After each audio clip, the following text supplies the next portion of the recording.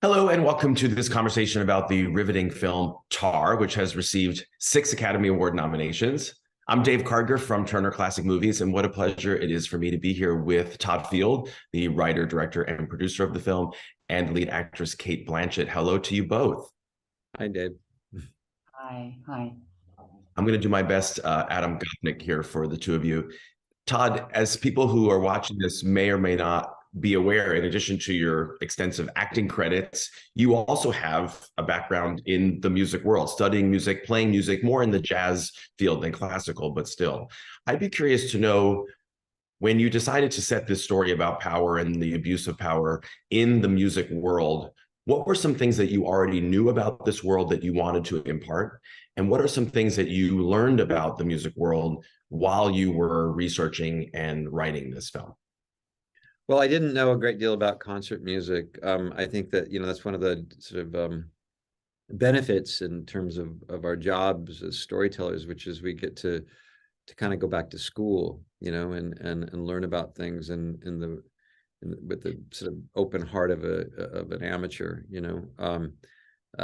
My background was in music, but it was in jazz, which is a very different milieu. And we're looking at power structures, and the classical music world is a sort of hermetic one, and a storied one, and has its own history and its sort of set of rules and secret signs and handshakes and arcana that from the outside would be very difficult to understand. So I kind of needed a very reliable tour guide into that world, and I was really blessed in John Mauceri lending me his time for about 4 weeks in dialogue with him. And John, as you may or may not know, is a fabulous conductor, but he's also had been Leonard Bernstein's assistant for 19 years. So he had a tremendous amount of knowledge that would be germane to this story specifically.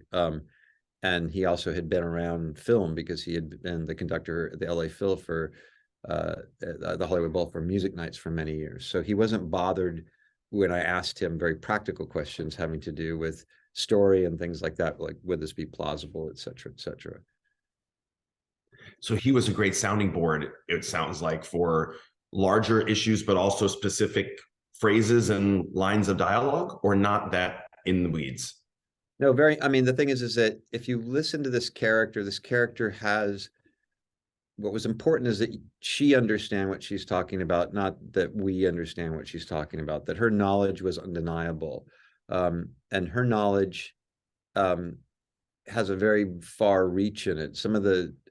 What I wanted for her was the ability to reference things that someone that would be John's age would reference generationally. John's in his 70s.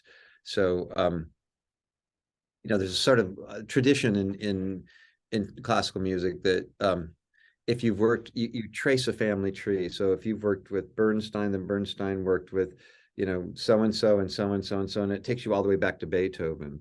And those stories, just like we tell ourselves stories, are sort of passed from one generation to the other. And that's sort of how that knowledge traditionally has sort of accumulated. So I wanted her to have access to that. So there are very particular turns of phrases. There are very particular references that this character makes, specifically in the Juilliard scene. There's a very obscure reference that she would have had to have been told. She certainly would have experienced in real time. And yeah, John was indispensable for that, for sure.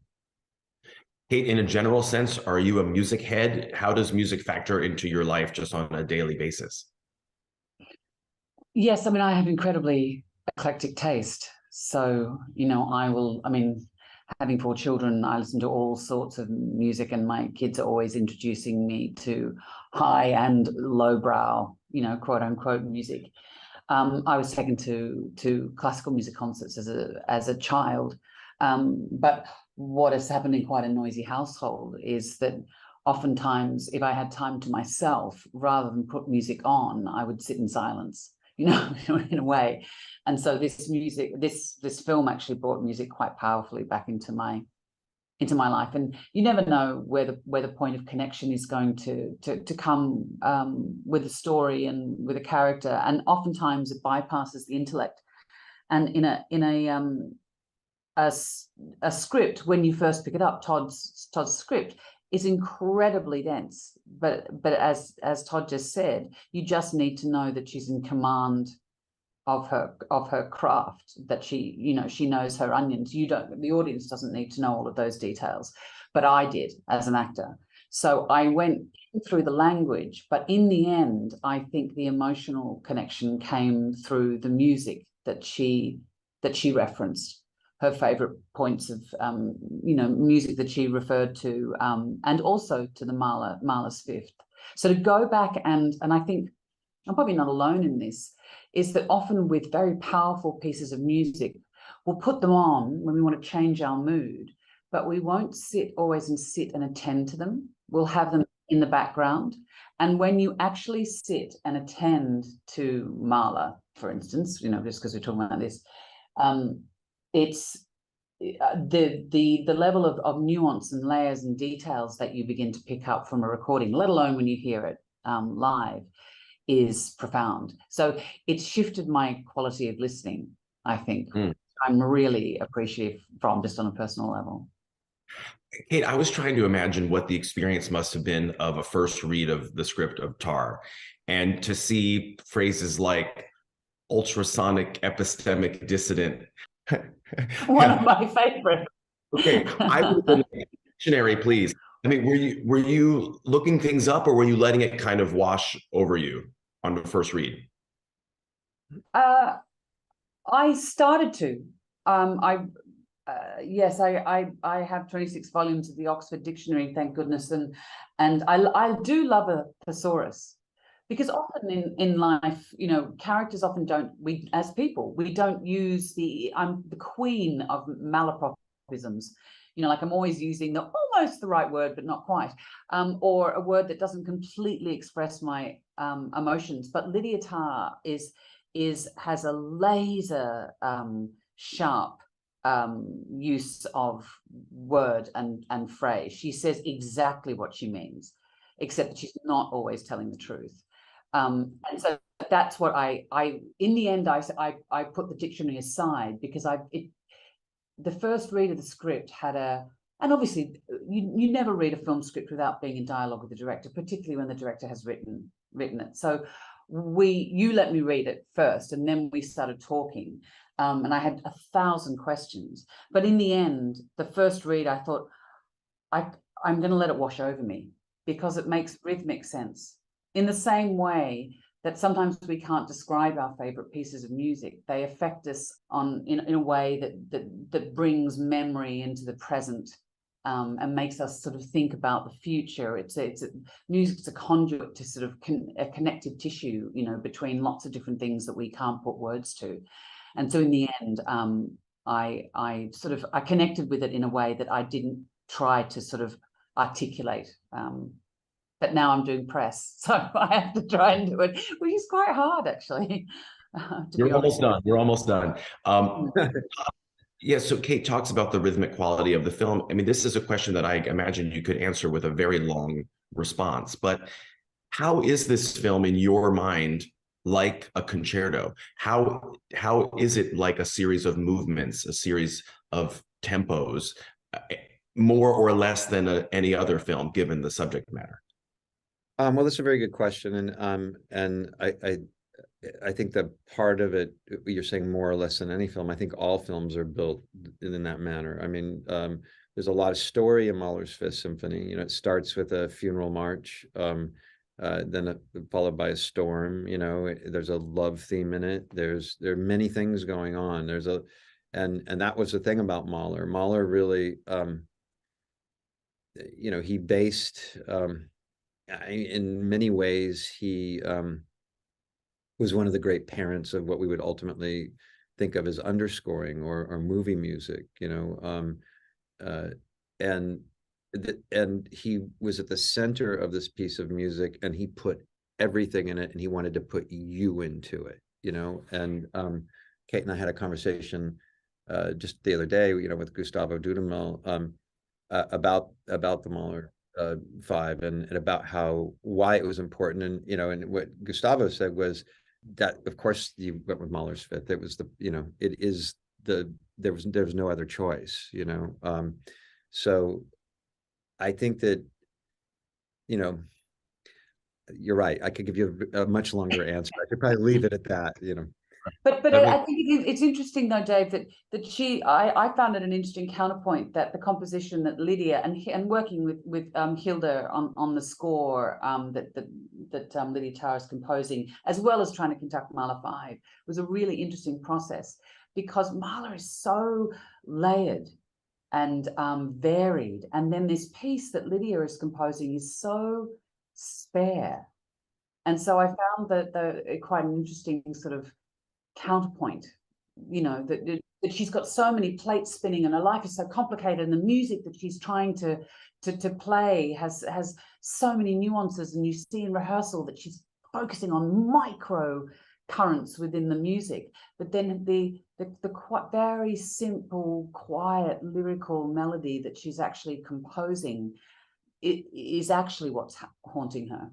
As our lives become more complicated, perhaps the bravest, most noble thing is to smash that complication away and get back to simplicity, get back to the core of the music, which of course she's estranged from. And you don't have to be a musician or middle-aged to understand, how we can quickly become estranged from ourselves, and the reason why we got into whatever we're passionate about in the first place.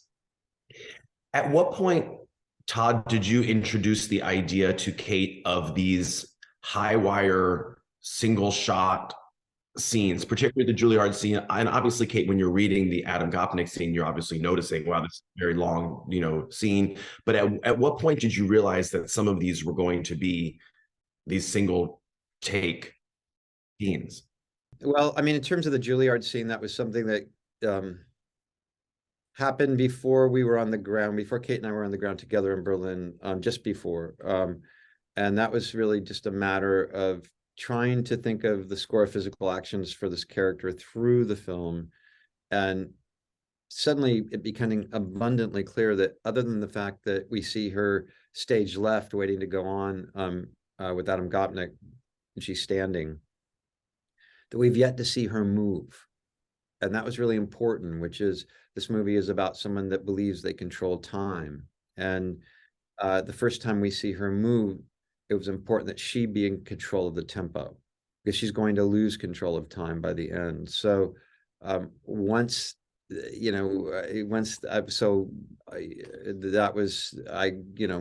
called Cate on the side of the road and said, look, I know we had this scene laid out in a very particular way, essentially 36 very specific camera setups. We need to still do them, but we need to do them in one continuous take, and you have to control the tempo. You have to control time, and you have to drive the scene.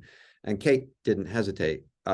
She said, you can't do that. And I said, why? And she said, it's not in my contract. I'm calling my agent. She said because I need to see the student's leg, because I'm bothered by kinophonia, that those motions, they really bother this character, just like sound bothers her. And I said, we'll figure that out. And if we figure that out, she said, fine, then you could do it in one. She didn't, she never, Cate's not one to complain. So it was a lot for her to take on, and she did it with that was her only, at least to me, was the only protest that you had, Cate. So there was that. But in terms of the rest of them, in terms of sort of the philosophy behind how we photographed the film, it wasn't until about 3 weeks in, we began the film for very practical reasons that we had no control over, with all the orchestra material. And that orchestra material had to be planned out with a great deal of coverage. The very first day, we had 95 camera setups, and those had to be determined, like where is Cate conducting? Who is she? Where is her attention directed? And at what phrase, what bar, all of that stuff. So those things had to be massively rehearsed, over-rehearsed before we even got in with the orchestra, to understand if we could be nimble enough to make our day, because we only had a certain amount of time with them. But once that ended and we left the concert hall area, I think it was probably about 2 weeks in, maybe, because we had a lot of company moves where we kind of settled in, and Cate said, you don't like to do a lot of coverage, do you? And I said, no. And she said, okay. The way that she and I figured out our mornings together were essentially alone, unless we were fortunate enough to get in on a location on the weekend with maybe Nina Haas or someone else at their residence. But for the most part, we figured that out in the first hour of the day, and it was for that reason, mainly because the thrill, one of the thrills of being able to work with Cate Blanchett is to see what she can do, that not many human beings can do. So the safety net of coverage and the idea of making choices after the fact seemed to hold less thrill, aside from the fact that we wanted a sort of objective reality in terms of how we spend time spatially with this character. So Cate, for a Juilliard scene, is your mindset, oh my God, how am I going to do this? Or is it, I can't wait to do this? A bit of both. I mean, I think having spent years and years in the theatre, you kind of learn or train yourself to think that profound anxiety is just excitement. But there was so much to do. I remember when we were doing Lord of the Rings, there was this huge battle sequence, and I'd see every Saturday morning, I'd see Vigo and Pete walking off together, really, really happy. And it looked like they were going to like a football match or something.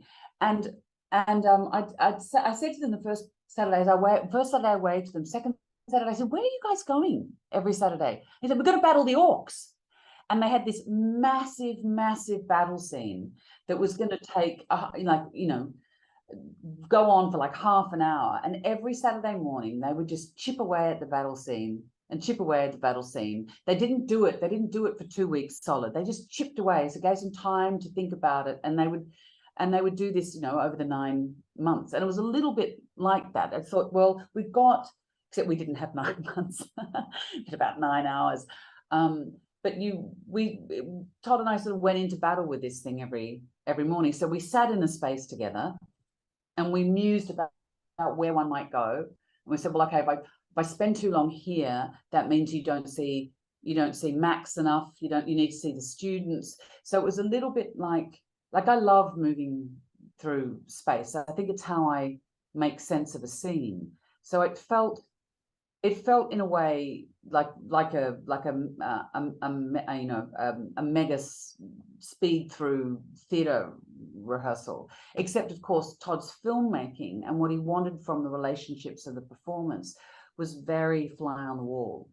So it was an absolute dance with the camera crew, and almost impossible for the sound department, because there was the students were playing music. I had to play the piano, and then we had voices coming from various points, and it was quite an echoey auditorium and very, very difficult to light. So then, of course, a lot of the decisions about where the blocking was, you get to know, okay, I need to be a bit more in the light here. So it was a dance between all of us, which ultimately, in answer to your question, was really thrilling, because it's great when you can just feel, from out of the corner of your eye, that the camera's a little bit slower this time, so you have to move slower. It's a little bit like you're doing some strange technical tango. It's thrilling for us to watch, so it makes sense. So well. Yeah. Todd, I saw an interview that you and Cate did together, I think on Variety, and you described her as having the mind of a filmmaker. Is this what you're talking about with these kind of conversations and the collaborative nature of this relationship? Yeah, certainly. I mean, that's the thing. I think that oftentimes, we all have responsibilities that are inherent with our disciplines, but at the end of the day, we're artists in dialogue, and I think that at your peril or at your at your regret, you would ignore the opportunity to be in dialogue with another filmmaker. And Cate is a filmmaker, and she she understands the enormity of a narrative. She understands all of the pieces of it, and so it's just it's an extraordinary opportunity to try to make something together that is much more exciting and makes you feel more alive and awake than you could possibly do by yourself. And that's why I was desperate for Cate to come and to be able to collaborate with her in the first place, and why I was also in earnest terrified that she might say no, because there was a lot for her to take on. If somebody were to send you a script and say, just before you can even talk about the script, before you can even talk about the character, really, you have to learn to speak German. You have to learn to not just beat time, but actually conduct with art. To actually be able to lead one of the leading orchestras, one of the oldest orchestras on the planet. You need to be able to play Bach on the piano while you're doing a scene, as if you're not just a concert pianist, but Billy Joel, at a piano bar. That's a very particular skill. There are many things that would have been daunting to almost any actor, and squared. And that was before she even was able to talk about the character. That's I still honestly, I still pinch myself that it happened, because had she said no, that's it, this film doesn't exist.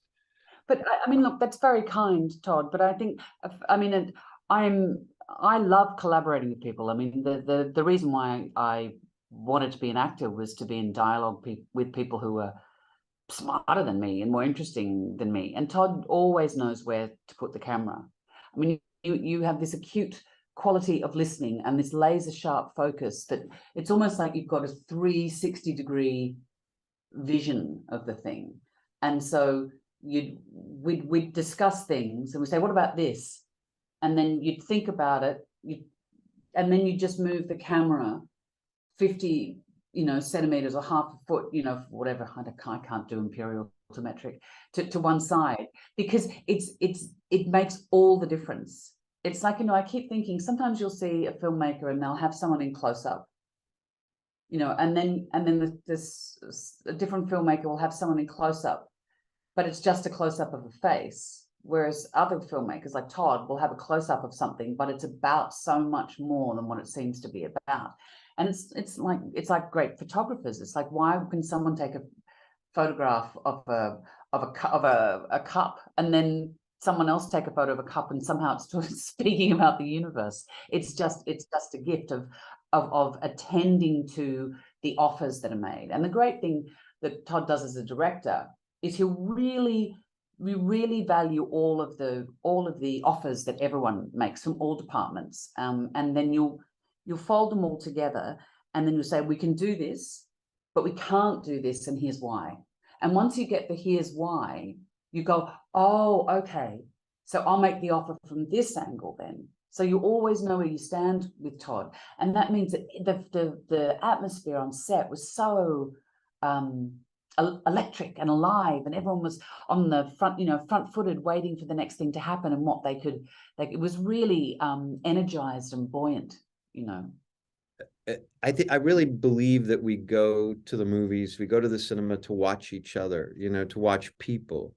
That's the technical stuff is interesting, if that's what you're interested in, but all of that can be learned or absorbed through enthusiasms and appetites, but the people part, that's the I think that's that's the art of it. You have to really love the story you're telling to stay with it as a director.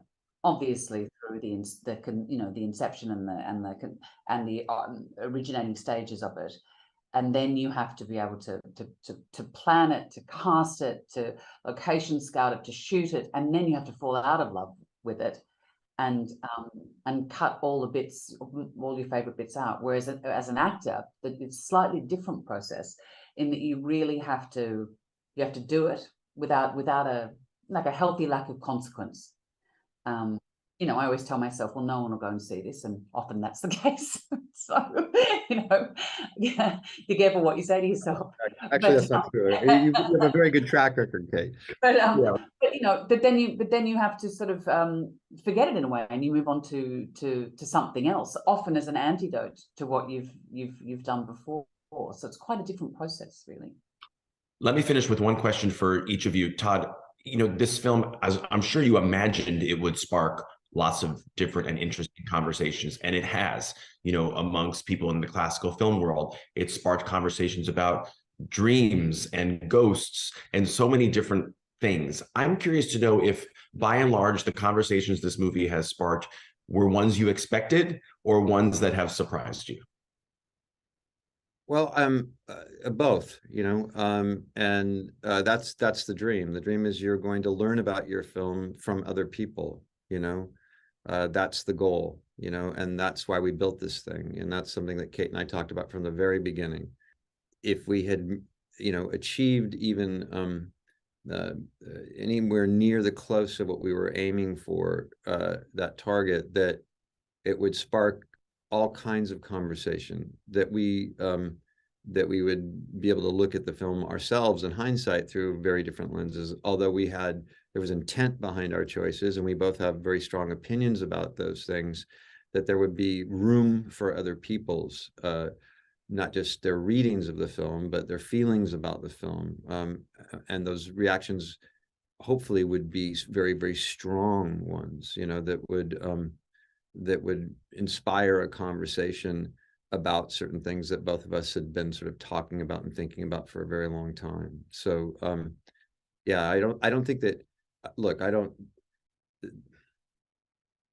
this thing has become part of the public discourse, and there's an editorial written about it every day. That's not something I don't think Kate and I would have ever imagined would happen. And in that way, it's been incredibly satisfying, obviously. So that's great.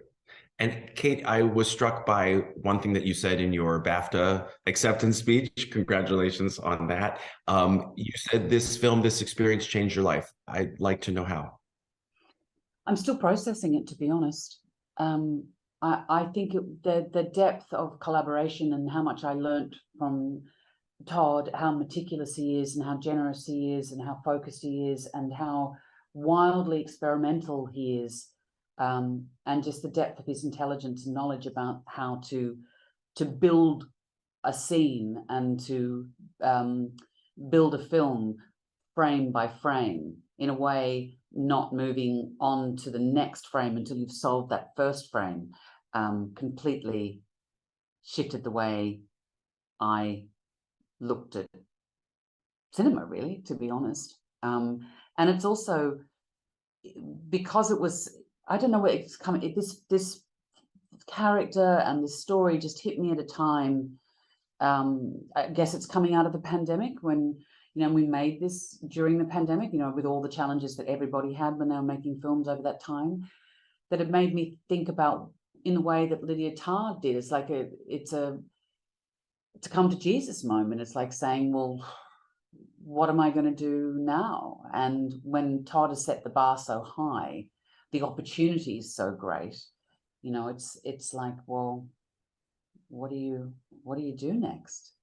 Like something together, please. The two of you. I've said this to Todd before. Like it is very bittersweet for me. The response to it has been extraordinary. And, having played a character who spends her entire life thinking that she can control or eradicate her shadow and control how she's perceived, it's been wonderful to let go of control of the film and to see what happens. And there was a kind of a wild abandon to the way we were working in a way that I'd felt on stage before. And I've worked with some incredible directors. I'm so privileged, but there was such a, it felt so free. And I don't know. It's bittersweet because I've had that experience, but I know it's never going to come again. So yeah, but it's very precious. When deep change happens, in a way, I can't give words to it yet. I just feel my molecules have shifted somewhere, and that's not a euphemism. Well, the work exists. The work exists, and we're so happy about it. It's such a pleasure to hear from both of you, Todd Field, Cate Blanchett. Thank you so much for your time, and thanks to all of you for watching. Thank you. Thanks. Thank you.